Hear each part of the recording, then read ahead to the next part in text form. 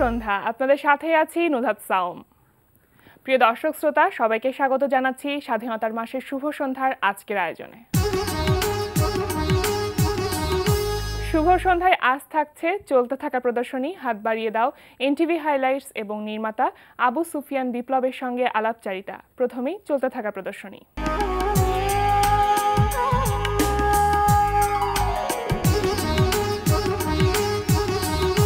শুরুতেই জানিয়ে দিচ্ছি চলতে থাকা প্রদর্শনীর সময়সূচি। গুলশান 2-এর বেজ এজ ওয়াটারের এজ গ্যালারিতে প্রদর্শিত হচ্ছে শিল্পী মোহাম্মদ ইউনুসের অ্যান অ্যাবস্ট্রাক্ট অ্যাফেয়ার শিরোনামে চিত্রকলা প্রদর্শনী। প্রতিদিন সকাল 10টা থেকে রাত 8টা এই সময় প্রদর্শনী চলবে 31 মার্চ পর্যন্ত। উত্তরার গ্যালারি কায়ায় প্রদর্শিত হচ্ছে শিল্পী রণজিৎ দাসের চিত্রকলা প্রদর্শনী জার্নি অ্যান্ড ইমেজেস। সকাল 11টা থেকে রাত 8টা এই সময় প্রদর্শনী চলবে 25 মার্চ পর্যন্ত। ব্রিটিশ কাউন্সিলে অনুষ্ঠিত হচ্ছে London 1971 unsung heroes of the Bangladesh liberation war শিরোনামে আলোকচিত্র প্রদর্শনী। প্রদর্শনী চলবে 31 মার্চ পর্যন্ত। শুভ সন্ধ্যার এবারের আয়োজন মানবিক সাহায্যের আবেদন নিয়ে হাত বাড়িয়ে দাও।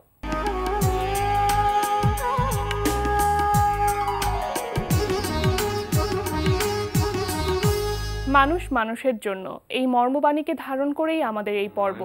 আমাদের হাত বাড়িয়ে দেওয়ার আবেদন দেখে আপনারা যারা সাহায্য সহযোগিতা করেছেন সবার প্রতি আমরা আন্তরিক কৃতজ্ঞতা প্রকাশ করছি। এবার জানিয়ে দিচ্ছি আমাদের কাছে পাঠানো একটি মানবিক সাহায্যের আবেদন। 42 বছরের মোহাম্মদ হারুনুর রশিদ দীর্ঘদিন যাবৎ কিডনি রোগে আক্রান্ত হয়ে হাসপাতালে চিকিৎসাধীন। তার দুটি কিডনি অকেজো হয়ে গেছে। বিশেষজ্ঞ চিকিৎসকদের মতে তাকে বাঁচাতে হলে জরুরি ভিত্তিতে কিডনি ট্রান্সপ্লান্ট করতে হবে। চিকিৎসার জন্য প্রচুর অর্থের প্রয়োজন। এত টাকা চিকিৎসা ব্যয় তার পরিবারের পক্ষে বহন করা সম্ভব নয় বিধায় তার পরিবার দেশের সকল হৃদয়বান মানুষদের কাছে আর্থিক সহায়তা চেয়েছেন। কিডনি রোগে আক্রান্ত মোহাম্মদ হারুনুর রশিদকে বাঁচাতে এগিয়ে আসুন, সাহায্যের হাত বাড়িয়ে দিন। সাহায্য পাঠানোর ঠিকানা আসমা আক্তার জাহান, সঞ্চয় হিসাব নম্বর 011-043-0000-328, mutual trust bank limited, Pallabi শাখা, ঢাকা। মোবাইল ফোন নম্বর 017-12540853। এবার এনটিভি হাইলাইটস।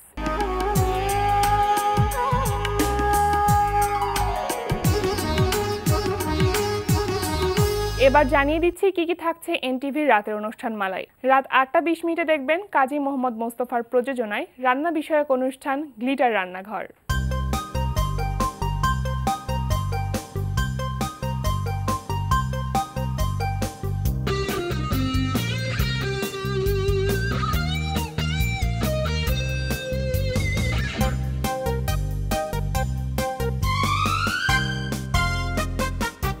রাত 9টায় প্রচার হবে ওয়াহিদুল ইসলাম শুভ্র প্রযোজনায় অনুষ্ঠান স্টাইলস অ্যান্ড ট্রেন্ডস।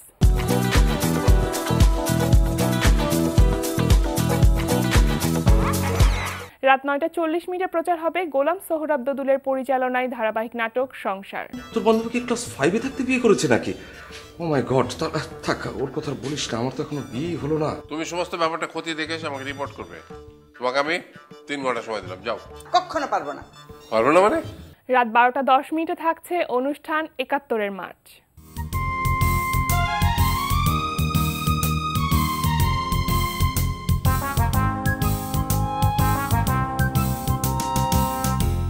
এই ছিল এনটিভির রাতের অনুষ্ঠানমালার সময়সূচি। এবার আসছি আলাপচারিতায়।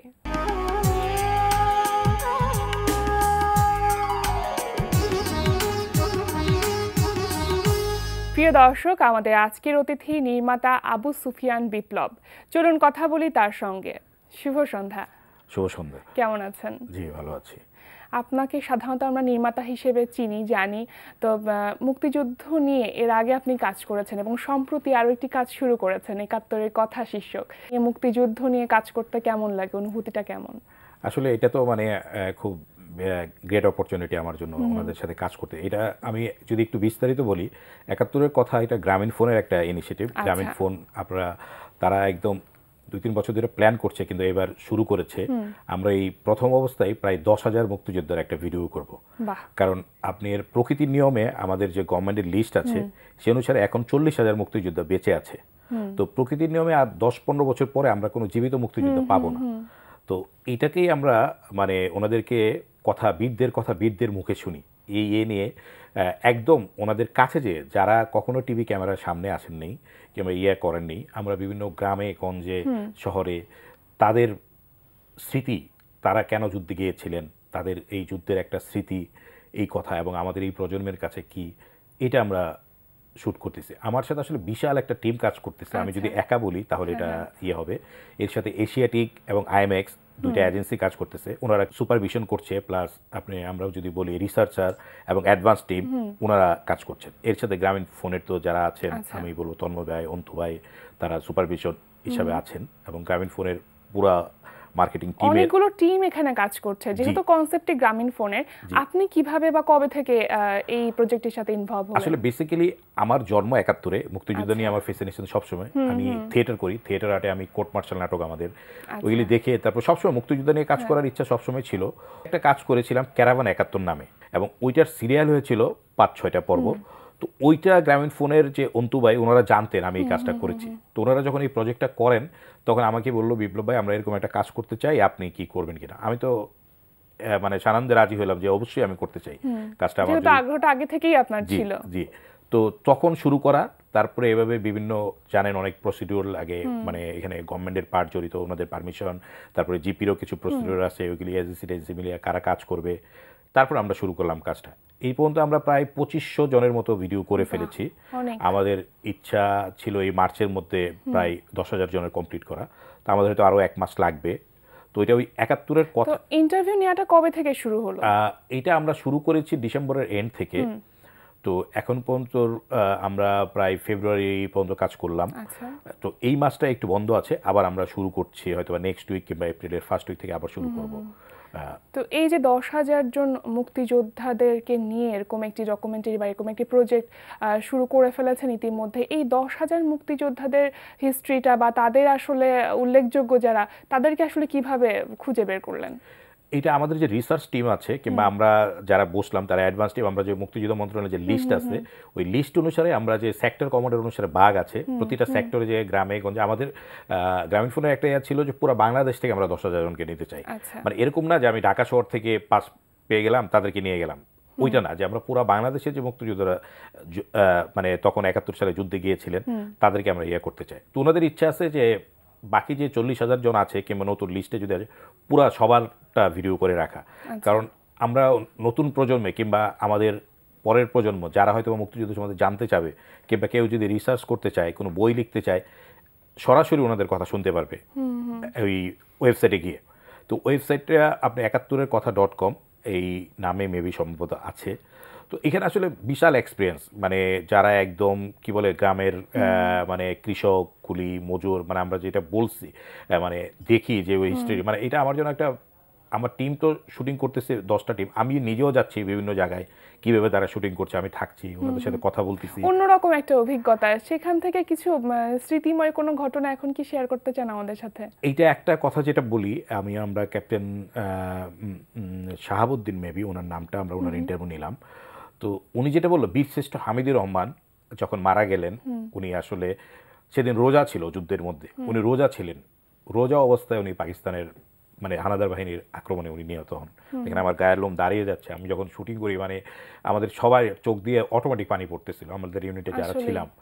এবং ওনাকে কবর দেওয়ার জন্য ওনারা রোজা রেখে 30 কিলোমিটার ওনার লাশ কাঁধে নিয়ে ওনারা হাঁটছে একটা জায়গা পাওয়ার জন্য যেখানে মানে কবর দিতে পারবে, তারপর ওনাকে কবর দিয়েছে।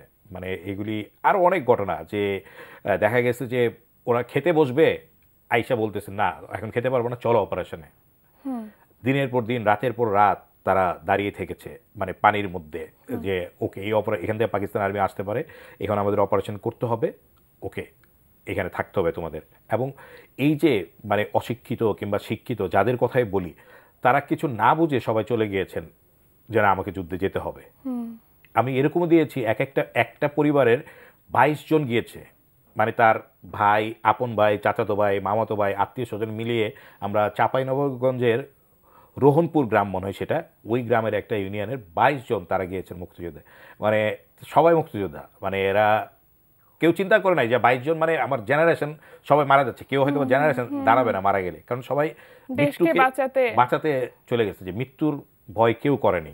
মানে সেটাই। চলে গেছে। আমি মনে করি যে এটা যদি এই ইয়েগুলি আমাদের এই প্রজন্ম কিংবা আমরা কেউ যদি শুনি আমরা, যখন আই থিঙ্ক এটা খুব রিসেন্ট ওপেন করে দেওয়া হবে ওয়েবসাইটটা, তখন তাহলে আমরা এখানে মানে অনেক অনেক ঘটনা আমরা পাবো যেগুলি আসলে আমাদের মনে করে দেবে যে তারা 71 সালে আমাদের ওনারা কত কষ্ট করেছেন এবং সবাই ইন্ডিয়াতে ট্রেনিং করতে গিয়েছেন এবং দেখা গিয়েছে মানে যারা যেই এলাকা থেকে গিয়েছেন তাদেরকে ওই এলাকাতেই পাঠিয়েছে। আসলে এটা দেখলে বা হয়তো পড়তে পারলে আমরা বুঝতে পারবো যে দেশটা আমাদের জন্য আসলে কতটা জরুরি, কতটা ইম্পর্ট্যান্ট। হ্যাঁ, এবং ওনারা এই মানে 2500 জনের ভেতর থেকে যেসব জায়গায় আপনারা গিয়েছেন তাদের মধ্যে উল্লেখযোগ্য কোন কোন জায়গা ছিল বা অঞ্চল ছিল? আমরা এখন পর্যন্ত ঢাকার বৃহত্তর ঢাকায় শুটিং করেছি, কাপাসিয়া, কিশোরগঞ্জ, কালিয়াকৈর, কালীগঞ্জ, তারপরে আপনার আমরা যশোরে গিয়েছি, সাতক্ষীরা, রাজশাহীতে গিয়েছি, চাঁপাইনবাবগঞ্জ, জয়পুরহাট, তারপরে আপনার নওগাঁ, এই সমস্ত এলাকার গ্রামে শহরে একদম আমরা যেটা চেয়েছি যে সবার একদম বাড়ির কাছে যাওয়া এবং যারা কখনো মিডিয়াতে আসেনি, মানে যাদের কথা বলা হয়নি, আমরা যারা বীর প্রতীক আছে বীর তাদেরকেও নিব, তাদেরটাও করেছি। যেমন আমরা ক্যাপ্টেন শাহাবুদ্দিনের কথা বলছিলাম, ওনারা যে আমাদের বিমান বাহিনীটা কিভাবে গঠন হইল, আপনার আমাদের বিমান বাহিনী গঠন হওয়ার পরে ওনারা যখন পাকিস্তানি ইয়ে থেকে পালিয়ে আসলো, ওনারা তো পাকিস্তানি আর্মিতে চাকরি করতেন, পালিয়ে এসে এখানে ভারতের একজন মহারাজ, নামটাই পর্যন্ত আমার মনে আসতেছে না, ওনার একটা প্লেন ছিল, ব্যক্তিগত প্লেন, ওই প্লেনটা উনি বাংলাদেশের মুক্তিযুদ্ধকে করলেন যে তোমরা এটা নিয়ে যুদ্ধ শুরু করো। এবং ওনারা যে ট্রেনিং করতো আপনার ওই যে আসাম কিংবা নাগাল্যান্ডে ওই সব জায়গায় যে কত রিস্কি ছিল, যে পুরো এলাকাটা পাহাড়ি, ওই অল্পটুকু জায়গার মধ্যেই উঠে ফ্লাই করে আবার তার সেই ট্রেনিং করে আবার এখানে নামতে হবে, কারণ একটু যদি বাইরে চলে যায় তাহলে রাডারে পাকিস্তানি আর্মিদের এখানে ধরা পড়লে বিপদ হয়ে যাবে। তো মানে এই কষ্ট মানে বলার না, কিংবা ওনাদের এই কষ্ট স্মৃতি মানে এগুলি শুনলে আমি মানে নিজেকে খুব গর্ববোধ করছি যে আমি এরকম একটা কাজের সাথে যুক্ত হতে পেরেছি। সত্যি তাই, আর এরকম একটি দেশে জন্মগ্রহণ করতে পেরেছি। অবশ্যই তো অবশ্যই। সেই সময়টা তো পুরুষ নারী নির্বিশেষে যুদ্ধ করেছিল। এই 10,000 জনের ভেতর থেকে আসলে কতজন নারী এবং কতজন পুরুষকে পেয়েছেন, এরকম কোন আনুমানিক ধারণা আছে কি? আমরা ম্যাক্সিমামই পুরুষ, আমরা এর মধ্যে মেবি 50 জনের মতো নারী মুক্তিযোদ্ধা পেয়েছি, যারা মুক্তিযুদ্ধের সময় যুদ্ধ করেছেন, একদম প্রত্যক্ষভাবে করেছেন কিংবা সহযোগিতা করেছেন। আসলে আমরা যেটা দেখলাম মানে সবার সাথে কথা বলে তখন মানে এই যে পুরো জাতি কিন্তু মানে প্রতিটা ঘরে ঘরে কিন্তু মুক্তিযোদ্ধা ছিল। এবং আপনি যদি দেখেন কিংবা যদি শোনেন যে যেই লোকটা এই মুক্তিযুদ্ধকে আশ্রয় দিয়েছে এই বাড়িতে, যে তুমি আমার বাড়িতে থেকে থাকো তারপর তুমি যুদ্ধে যাবা, তারও কিন্তু একজন মুক্তিযোদ্ধা, হ্যাঁ তারও কিন্তু একটা রিস্ক ছিল, কারণ কেউ যদি জানতে পারে পাকিস্তানি আর্মি এসে আক্রমণ করবে এবং তার বাড়িঘর জ্বালিয়ে দিবে, তবুও সে ওই কাজটা করেছে। কিংবা যেই লোকটা ভাত খাওয়াচ্ছে, কিংবা যে লোকটা ওরা 3 দিন খায় নাই, না খেয়ে থাকছে, ওই অবস্থায় একজন এসে যে খাওয়াইছে, আমি মনে সেও একজন মুক্তিযোদ্ধা। কিংবা একটা বাবুর্চি যে বাবুর্চির কাজ করেছে, সে যে খাবার টাবার জোগাড় করে এনে দিতে পেরেছে। তো মানে যেহেতু আমাদের একটা যেমন ওয়ারের যেটা হয় কি একটা ব্যাটালিয়ন থাকে, ওই ব্যাটালিয়নের ব্যাকআপ থাকে, অনেক কিছু থাকে, তাদের রসদ থাকে, খাওয়ার পথে, কিন্তু আমাদের তো ওরকম ছিল না। খাবার দাবার ওরা মানে কিছুই বোঝে না, লাঠি নিয়ে বুঝলেন না, লাঠি নিয়ে ঝাঁপিয়ে পড়েছে। এবং যখন তাদের ইন্টারভিউ করতে গিয়েছেন নিশ্চয়ই জিজ্ঞেস করেছেন যে তরুণ প্রজন্মের কাছে তাদের আসলে কি ধরনের চাওয়া, সেই ক্ষেত্রে তারা কি বলেছেন? তাদের একটাই কথা, আমরা যে দেশটাকে স্বাধীন করেছি সেই দেশটাকে যেন আমরা ভালো মতো রাখতে পারি। আমাদের তরুণ প্রজন্মের কাছে একটাই চাওয়া যে সাম্প্রদায়িক মুক্ত বাংলাদেশ এবং একটা সুন্দর দেশ আমরা যেন শান্তিতে সবাই মিলেমিশে থাকতে পারি, এটাই তাদের সবার কাছে চাওয়া।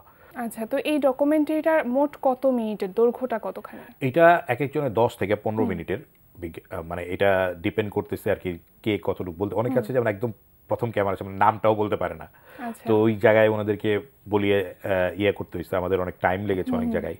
তো ওরকম আমরা যে যতক্ষণ বলতে পারে, তো হাইস্ট 15 মিনিটের মধ্যে হয়ে যায়, দেখা গেছে যে 12-15 মিনিটের মধ্যে একজন বলে ফেলে।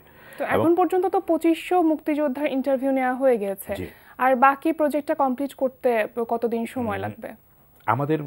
আমাদের প্রজেক্টটা এখন শুটিংটা বন্ধ আছে, আমরা রিসেন্ট শুরু করলে আই থিঙ্ক আমাদের শুটিং করতে আর মাস খানেক দেড়েক লাগবে। এর মধ্যে আমাদের যেটা হচ্ছে শুটিং হচ্ছে সাথে সাথে এডিটিংও হচ্ছে। তো ওই হারে আমার মনে হচ্ছে যে আগামী 2 মাসের মধ্যে কিংবা 2.5 মাসের মধ্যে আমরা 10,000 জনটা শেষ করতে পারবো।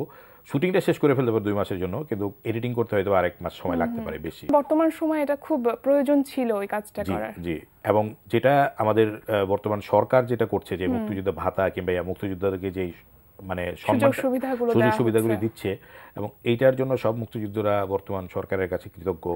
এবং তারা যে ভাতাটা পাচ্ছে, অনেকে দেখা গেছে যে যুদ্ধ করেছে কিন্তু এখন মানে না খেয়ে থাকার মতো অবস্থা ছিল, কিন্তু এই ভাতা পাওয়া কিংবা চিকিৎসা সুবিধা পাওয়াতে তারা দেখা যাচ্ছে যে অনেক ভালোভাবে চলতে পারতেছে, কিংবা তাদের ছেলে মেয়েদের পড়াশোনা করানো করানো এটা হচ্ছে। 71-এর কথার জন্য অনেক অনেক শুভকামনা থাকলো। সব সময় এরকম একটি কাজের জন্য, এরকম ধরনের কাজের জন্য আমাদের শুভকামনা সব সময় থাকবে আপনাদের জন্য। তো এবার আসি আপনার থিয়েটার সম্পর্কে, সেখানকার কি অবস্থা? সেখানে কি এখন কাজ করছেন? হ্যাঁ, আমি কাজ করছি এখনো। আমি আসলে কাজ করতে পারছি, আমি বেসিক্যালি লাইট করি, মানে ব্যাক সাইডে কাজ করি। অ্যাক্টিং করলে পারতাম না, কারণ আমাকে সময় একটু কম, শুধু রিহার্সাল দেখতে হয়, শোটা করতে হয়। হ্যাঁ, থিয়েটার আমার প্রাণ। থিয়েটার না করলে আমি এই জায়গায় আসতাম না। আমার গুরু এস.এম. সুলাইমান, ওনার কাছ থেকে শুরু। প্রথমে শুরু আব্দুল হালিম আজিজ, ওনার কাছে, তারপরে এস.এম. আমি মিডিয়াতেও যা শিখেছি সব এস.এম. সুলাইমানের জন্য। এবং আমার আজকে এই জায়গায় আসা, আমি মনে করি আমার থিয়েটার এবং এস.এম. সুলাইমান। অনেক ধন্যবাদ আজকে আমাদের আয়োজনে আসার জন্য। আপনাদেরকেও ধন্যবাদ যে আমাকে ডাকার জন্য এবং এই কথাগুলি শেয়ার করার জন্য। আসলে আমি যেটা বলতে চাই, এগুলি যদি এই আপনাদের মাধ্যমে অন্ততপক্ষে কিছু লোক জানতে পারে যে আমরা এই প্রোগ্রামটা দেখুক কিছু লোক, সেটাই আসলে কাম্য। ধন্যবাদ। প্রিয় দর্শক, কথায় কথায় আমরাও চলে এসেছি অনুষ্ঠানের শেষ প্রান্তে। আমাদের সঙ্গে যোগাযোগের ঠিকানা প্রযোজক শুভ সন্ধ্যা, এনটিভি বিএসসিসি ভবন, 7ম তলা, 102 কাজী নজরুল ইসলাম অ্যাভিনিউ, কারণবাজার, ঢাকা 1215। আমাদের ইমেল অ্যাড্রেস shubhosandha@ntvbd.com। প্রিয় দর্শক, এনটিভিতে সম্প্রচারিত সংবাদ ও অন্যান্য সকল অনুষ্ঠান দেখতে লগ ইন করুন www.ntvbd.com-এ। সবাই ভালো থাকুন, নিরাপদে থাকুন। শুভ সন্ধ্যা।